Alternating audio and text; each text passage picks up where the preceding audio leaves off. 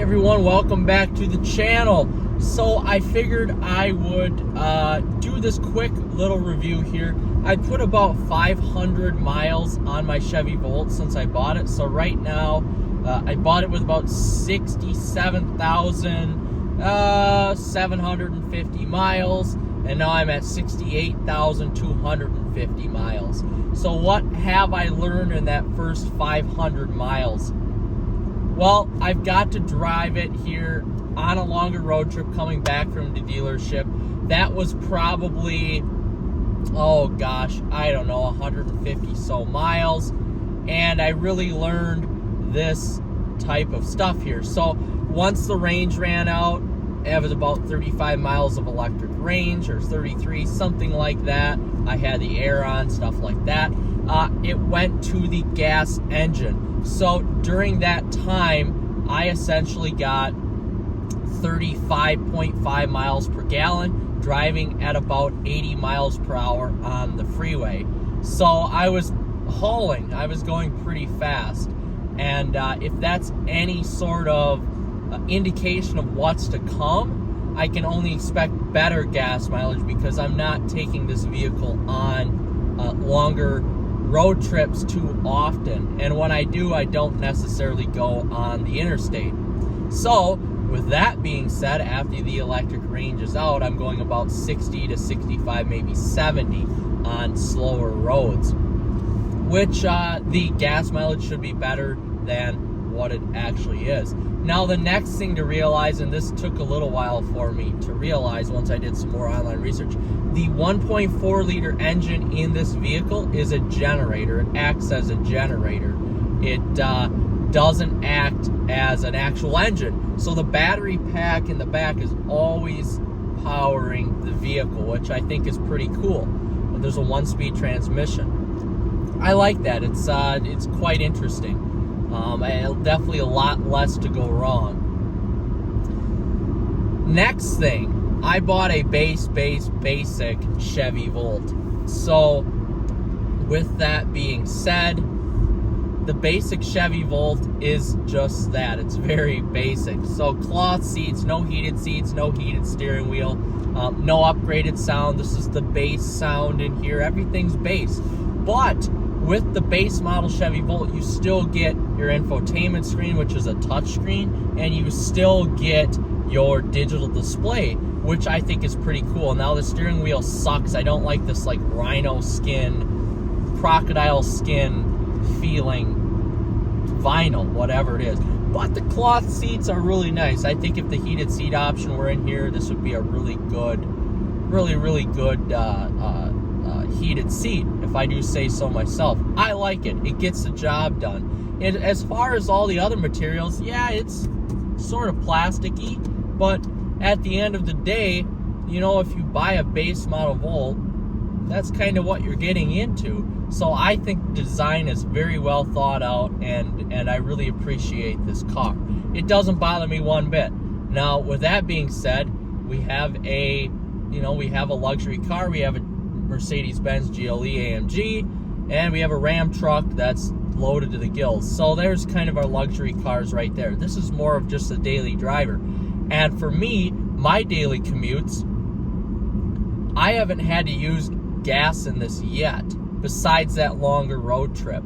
I get to plug in it at home. I use the lowest setting, the 8 amp setting, to charge it, and then I plug it in at work. And the electricity I use to use this is an expense. It's a business expense. So it essentially is a tax deductible or a deductible expense, which is awesome. That's another reason why I bought this. So that leads me to the next thing before I get to driving dynamics.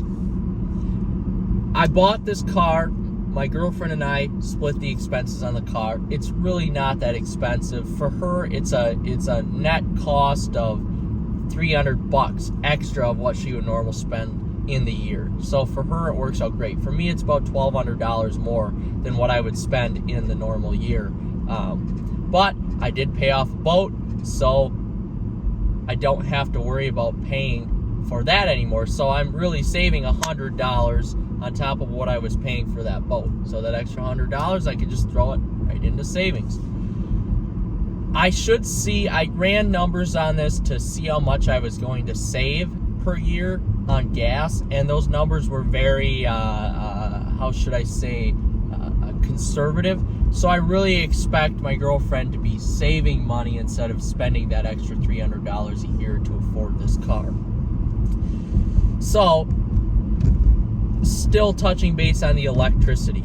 This thing is awesome. The electric range is, for what I use it for, is about 33 miles. Yeah, it probably could be more, but if you live in the cold, which it is cold right now, it's 40 degrees, with the heater on in eco mode, yeah, that definitely has a big effect on the range. So in the mornings, it's really cold. In the afternoons, it's warm, so I need to run the AC. So from what I've learned, running the heater, running the AC definitely has a negative effect on the battery range. If you're somebody who likes to bundle up or, strip down, then you're going to be fine. But if you're somebody who likes your heat and likes your comfort of your normal vehicles, then yeah, just keep in mind that the range is going to go down with this vehicle. When you run the heater and the AC, that's just going to happen. But if you have a place to plug in at work, or if your commute is right now like 15 miles going to work and then 15 back, then you're probably going to be fine, even with the range of the batteries with the heater and the AC on. Maybe 12 miles, just, you can't floor it. If you floor this thing and try to do, let's just say, a 0 to 60 time, you're trying to pass somebody, that has a huge negative effect on the battery pack. But I would say if you have a full day's commute of 30 miles and back to your business and you can't plug it in, then you're fine. You're totally fine. Now let's just say if you could plug it in at work and you work an 8-hour shift or whatever you work, Christ, you could do 60 miles a day on this and not have to run gas. It's great.